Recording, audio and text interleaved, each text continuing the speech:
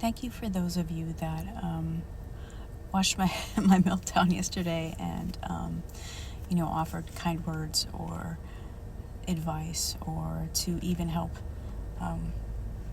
advocate on my behalf. And I really, really appreciate that. That's huge, because when you have mental illness in general, you kind of feel alone. It's a very lonely thing to have.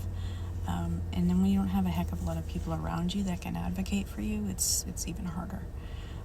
So I really appreciate that, perfect strangers are offering to give me assistance. It was a nice reminder that there are good humans in the world, and I really needed that yesterday. So I did end up speaking to the head of ECT. She did call me, and I had a good conversation with her, and I explained to her how I just basically had a meltdown, and the trouble I was having with psychiatry, and how I've been just kind of shuffled along with my last two psychiatrists with no real assistance in transferring my care. And I think yesterday, especially, having that psychiatrist just kind of pull the rug out from under me, I just had no idea that was like our last session. It was just crazy. It was crazy, and I was not in the place for that to happen. But she was very sympathetic, and she was really nice, and she answered a lot of my questions and concerns I had about ECT that I have been thinking of since the last time I had spoken to her.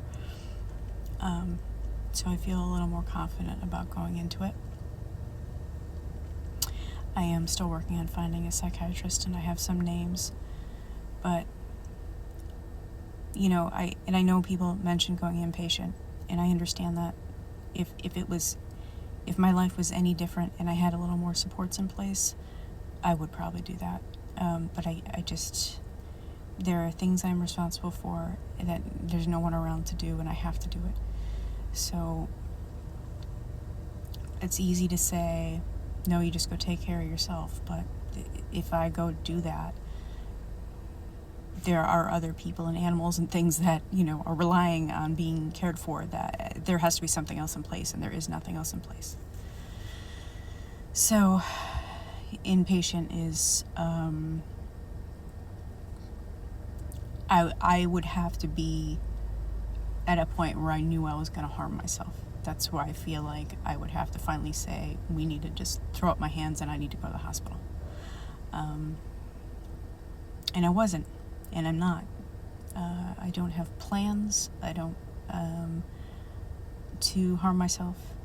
I'm not dreaming of harming myself. I'm just in pain, and I want to feel better. That's really it. I did speak with my mom last night, and so, my mom's elderly. She can't even walk well. She can drive. I don't like her to drive far. She did say she'd bring me to the hospital if, I thought I had to go inpatient, but I just don't have enough. I don't have enough people around me to help take care of things that need to be taken care of. So that's just the reality of how I'm living. Anyway, I felt a lot better after I talked to the ECT woman, and I felt a little calmer, and I went home last night, and I think all that crying was cathartic. I think I needed to cry that much. I needed to get a lot out.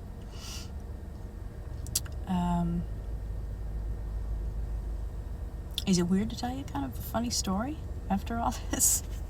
You're probably like, this is the strangest video. It's going to be a strange video, but let me tell you. I had an appointment yesterday with my gynecologist, just like my yearly gynecologist exam. So some of you guys are probably going to be like, oh, Jesus, well, tough. Listen, this was actually funny. And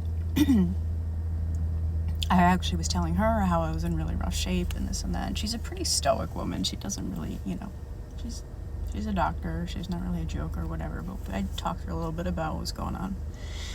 And there wasn't much she could do for me because she's a gynecologist, right? So anyway, during the exam,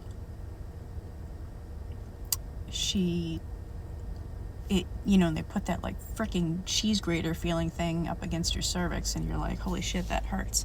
It hurt. It just hurt extra this time for some reason.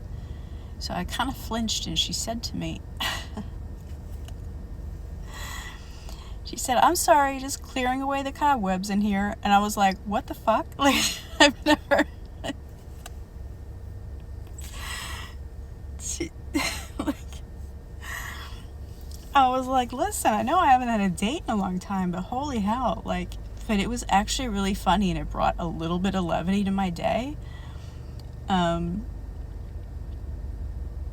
And they ask you, you know, are you sexually active? And I'm like, well, no, I mean, technically no, I haven't, you know, dated in a long time. And she goes, oh, that's clear.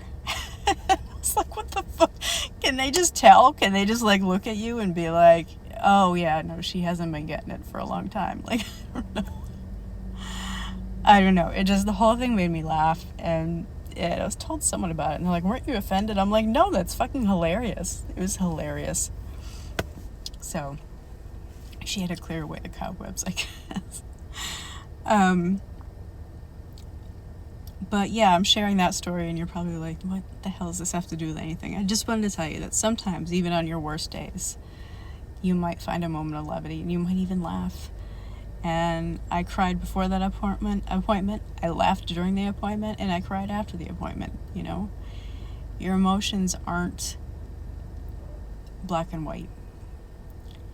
You can be grieving and enjoying yourself. You can be sad and have a moment of laughter.